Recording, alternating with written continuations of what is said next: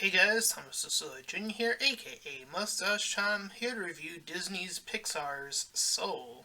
If you end up enjoying this review, then please consider joining my Patreon page. Any donations are desperately needed. With that being said, let us get into the movie of Soul. So, here's the thing. I think this is a return to form for Pixar. Some of Pixar's recent movies, unbeknownst to even some of my reviews, have not gone over so well. Toy Story 4 being really, really bad, for example. So, when I first saw the commercial for Soul, I was actually pretty interested, as it did seem like something a little bit more original in terms of Pixar's lineup, anyway. So, I was very interested in to see where they would go with this movie. And I was not so surprised that this movie ended up being really, really good. Uh, and at the same time, slightly so. This review also will have spoilers as to what happens in the movie, so I will say that now so that people aren't gonna get mad that I recap the entire movie and then, people get mad even though I'm warning you now at the beginning of the review. So there's your preemptive warning that there will be spoilers, and I'll say it again when, you know, the spoiler material comes up, so there you go. Double warning.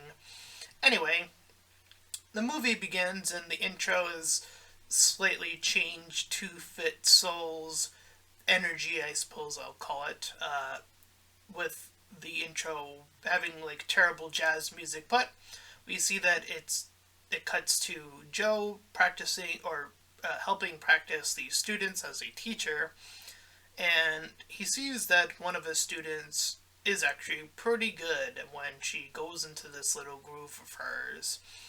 And when the students are like, whatever, he shows them why he's so invested in being a pianist. And it shows him really getting into the groove. And he thus gets interrupted after the fact, after his great performance, to actually get some good news. He gets promoted to full time in his current work, but that doesn't seem to satisfy him. I mean, I'd be satisfied. So the movie is at odds with who I am and what this movie is trying to do at the very beginning. So I will say that, uh, you know, I would have taken that opportunity in a heartbeat, but whatever. So he goes to this clothing store where his mom works, uh, and one of them says like, "Oh, you got the promotion? The world needs more teacher," which is true. That is very, very true. I think the mom character says that line, and I was like, "Yep, I 100% agree with that line." So I love how, even though it seemed to come off as antagonistic at first, you end up kind of agreeing with their points. But yeah, when he's in his little area, he gets lost in the music again, and because he goes off to get a call from one of his students to say that this big performer lady is like all into giving him a chance. So he runs over, thinks that he can get this bigger gig in music, like straight up into just performing, and uh, he tries to rush over, but he falls into a open sewer grate, which, you would think there'd be more of a setup for, like, a warning, but there wasn't. So he ends up falling down, and the perfectly transitions him into being a blue little spirit as he's rising up into the afterlife. And he quickly sees that above is heaven, I suppose. I'll just call it that for the sake of simplicity, and that other spirits are slowly being lifted up there as well. But he wants to run in the opposite direction. He believes that his life is not over yet, because this is the moment where everything in his life is going to change according to him. So he's drastically running in the opposite direction. Eventually, he pushes his way out and falls down to what's called the Great Before. This is where spirits are first manifested, where he ends up talking to these various things called Jerrys, these little line-based creatures. And as he's talking about his experience, or like this whole kerfuffle, he ends up using the word hell. Now, I find that very fascinating for a Disney movie and a Pixar movie, but more so a Disney movie. I have not heard the word hell in Disney since The Hunchback of Notre Dame, and I'm surprised that no other reviewer caught on to that. So I wanted to point that out, be like, they actually said the word hell. Okay. I see where this movie's going. I like it. I like, when they get to push the boundaries a little bit there. So anyways, one of the Jerrys shows him around because he's being confused for a mentor for these spirits, which there are a few of. And they show the little spirit kids getting personalities inserted into them and being driven into this portal that leads to Earth. He tries to jump into the portal himself, but he ends up right back where he started within the pre-spirit world. So we are introduced to the one Terry that was up in soul heaven counting the spirits that have been tracked, and he sees that one spirit has gone missing. So he's on the track of Joe, who has made his way down there.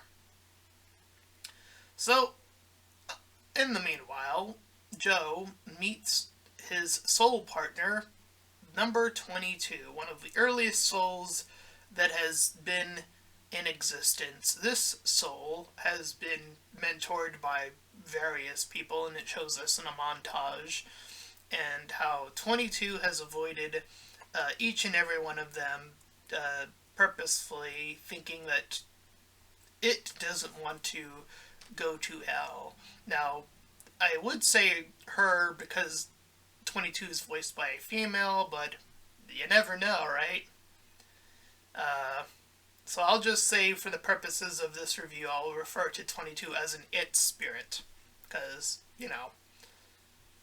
anyway. So, 22, as I was mentioning, gets all of these all of these failed mentors, so it gets paired up with Joe. And they go to the Hall of Everything, where you get to see all these various things that 22 could possibly do to find one of the things that they could be interested that could lead them to Earth. I already did it, see? 22 mez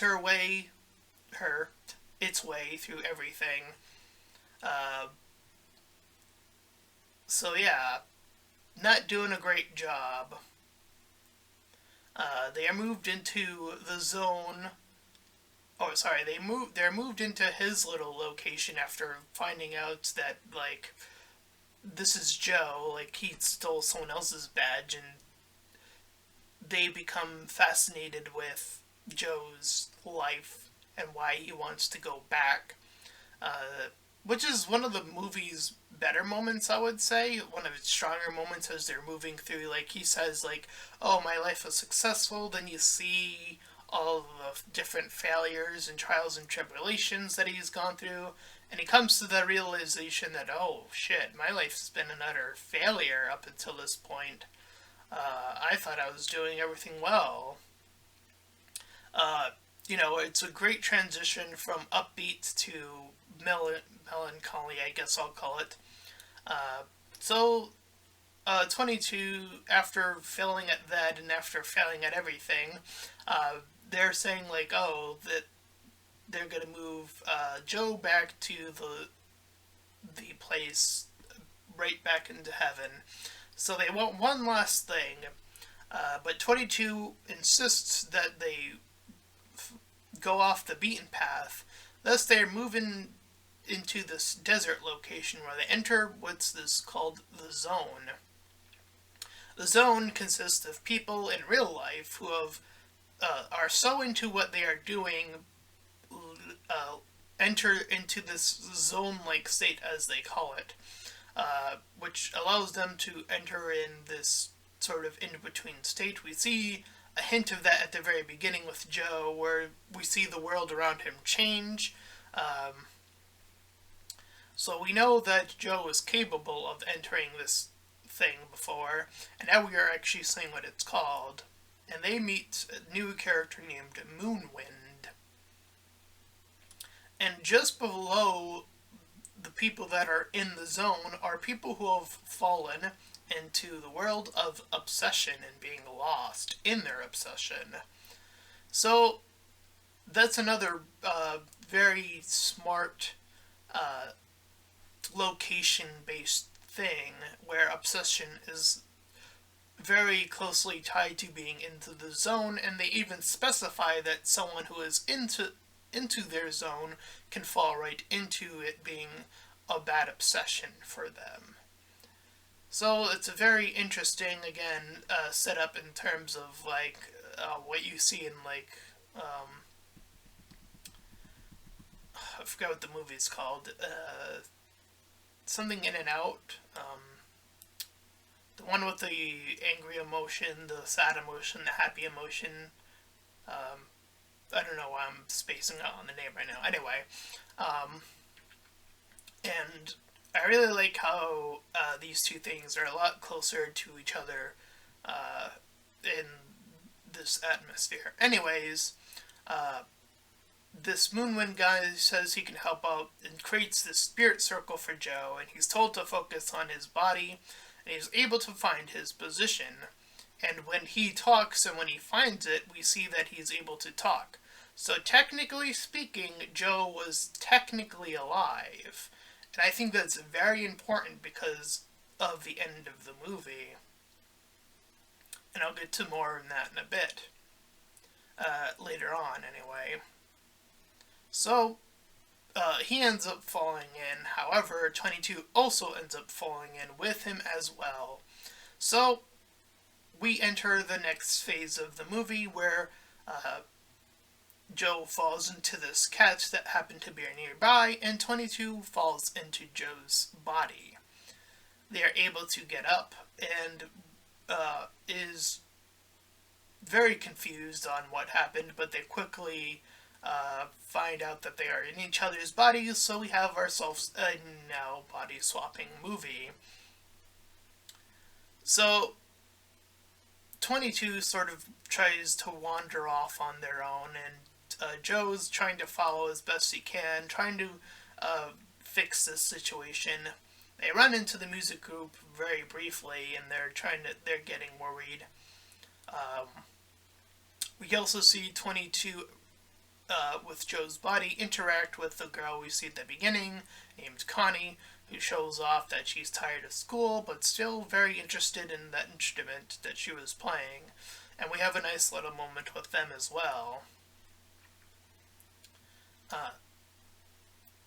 So, while all that's going on, Terry finally finds, or is set on finding the soul and getting ready to move toward Earth.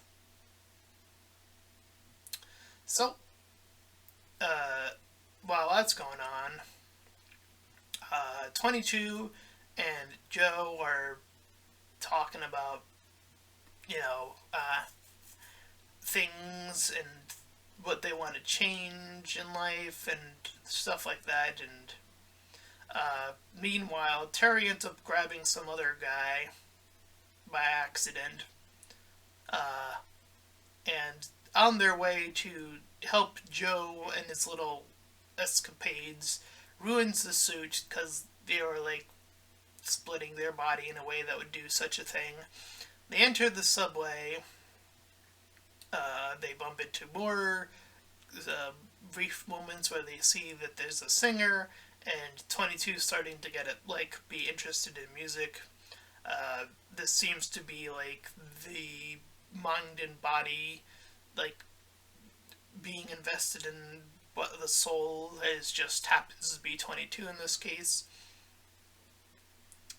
And as 22 ends up back at the shop with where the mom works, because she happens to work at a suitor place that can suit him up. Uh, the mother, uh,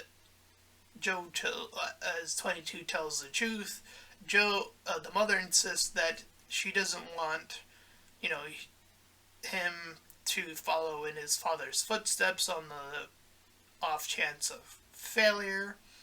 Uh, and they give a rousing speech that follows what Joe has been saying as a cat. They can understand each other, by the way, Joe and 22. Uh, so as they're moseying on after that conversation, 22 starts to see the beauty in the world, which is its character arc. You know, at the beginning, it was very invested in just staying in the spirit world, and starts to see the beauty of this world. So they want to find their purpose there on Earth, because nothing up there was teaching 22 how they could spend their life. And Terry catches up with them.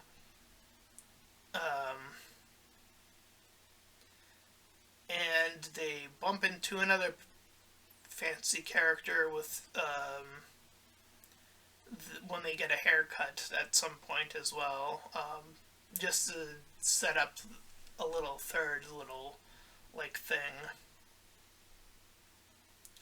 So they're getting ready as all of that catches up with them, and Terry eventually catches up and swings back 22 back in. Excuse me. So Joe gets to have his body back, and he gets to play his set as himself. And when he exited the building, he realizes that after that moment that he thought he would feel very different from what he was expecting to find there. And they make this the comparison to something about the ocean. I forget what the exact line is of, like, the certain bodies of water and versus the ocean, and how much bigger it is than just like a set pile of water. So there's that. Um, so, anyways, uh, Joe seeing something that I have not seen in a body swapping movie, by the way, which is interesting. They start to remember the things that 22 did. And again, even though the body swap is a cliched, this is a new little thing I never really thought of in body swapping, is that you actually remember what the other person did. And in this case, they remember what the spirit of 22 was doing, all the little crazy adventures, just having fun, all those little moments. So they're getting like a flashback of all those memories as well. And he realizes that he wants to help out 22. So he goes back into the zone by playing piano. So he rejoins Moon Dancer, who shows that 22 has become a lost soul. Because 22 was able to enter Earth, they were able to inhabit a body, they are able to now become a lost soul. So they end up chasing 22 on the little boat, and it eats Joe, And after Joe shows like a little piece of what Earth had offered 22, which allows him to show that they are ready. Uh, and then they say that the spark that allows them to enter Earth isn't necessarily their purpose. It happens to be what they're interested in, but again, it is not their purpose according to the big spirit thing, the Terry. So Joe jumps with 22 as 22 is getting ready to inhabit a world character in the in the spirit.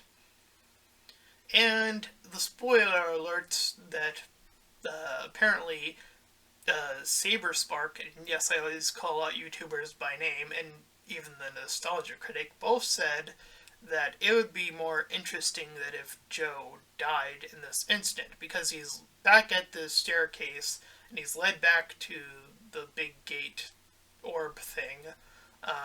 But the one of the Terrys comes up to him and says, "Hey, we're based off of all the confusion, and you helped us out, blah blah blah. You get another chance." And I'm gonna side with the movie on this one, on two accounts. One, technically speaking, as I mentioned earlier, Joe was technically in a coma. He was not dead. That's very important. When you enter a coma, you have a chance of survival. So there's that. And again, as I mentioned, 22 doesn't do anything in the movie that would technically kill Joe. So I don't see why he would die. It doesn't make any sense.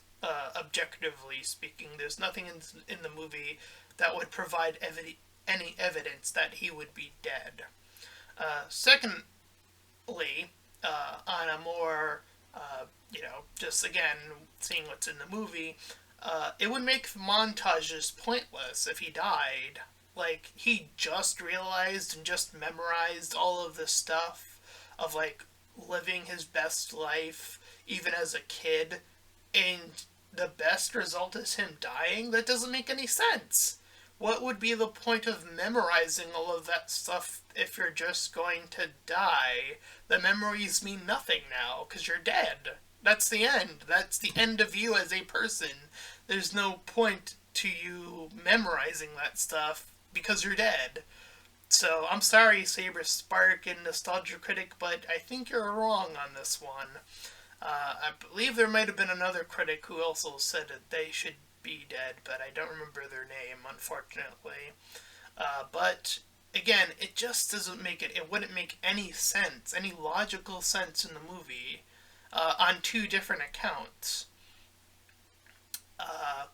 So yeah, that's the spoiler. He ends up getting to live, and I will agree that there is an enhancement that could be made to the end of the movie. That third reviewer that I watched for this mentioned how the movie does end pretty abruptly. It ends with him waking up, heading outside, and we see the tear coming down his face and a smile coming over his face, and it cuts pretty abruptly. I would agree that the only thing I think the movie needed to add in terms of concluding everything is showing one final montage of as soon as he came back, of him hanging out in that barbershop talking to that guy about something other than jazz, because that's the thing that they were talking all before, and 22 changed that. Him watching Connie do another performance, him talking to the so-called girlfriend that they briefly keep mentioning throughout the movie that he never interacts with once. Him playing with the band, one big performance. Him, you know, doing something with the school, the students, like the other students becoming a little bit more invested in what they're doing. Just like a full day of just like interacting with all of the people that he came along the path of, to do like something that would change their lives. and then and then have him, go to sleep, wake up, tear in the eye, smiley face, and then cut to black. I do agree that that would fulfill the movie's uh, per, uh, meaning, its purpose. What it's trying to tell the audience by showing it this little montage. I do think that that would have captivated, you know, what it means to live your best life, which I think is overall kind of the purpose of the movie. 22 felt lost all throughout and wanted to discover their purpose here on Earth. Joe felt, was in a one track mind, and his viewpoint was opened up to the different possibilities, even at his age. And yeah, I think that this still, even without that little tweak in the ending, is still a relatively strong movie. It's, again, a return to form for Pixar. I would definitely give it an 8 out of 10. I would probably even push it to a 9 if it included that little montage, or even a 10 out of 10. I do think that it tries to be a bit comedic at times, and that's one of its weaker points. Um, but I don't think it necessarily needed to have any of those moments necessarily. Um, at least not present them as comedic. Um, Again, they're just shorter little gags in terms of movement, but I guess it kind of does make sense for 22 when that happens. But anyways, uh, I think I resonate with this movie as well as someone who has definitely struggled in trying to find my purpose as I felt like my purpose was a writer. I wrote a book, ended up failing on me, ended up being objectively bad.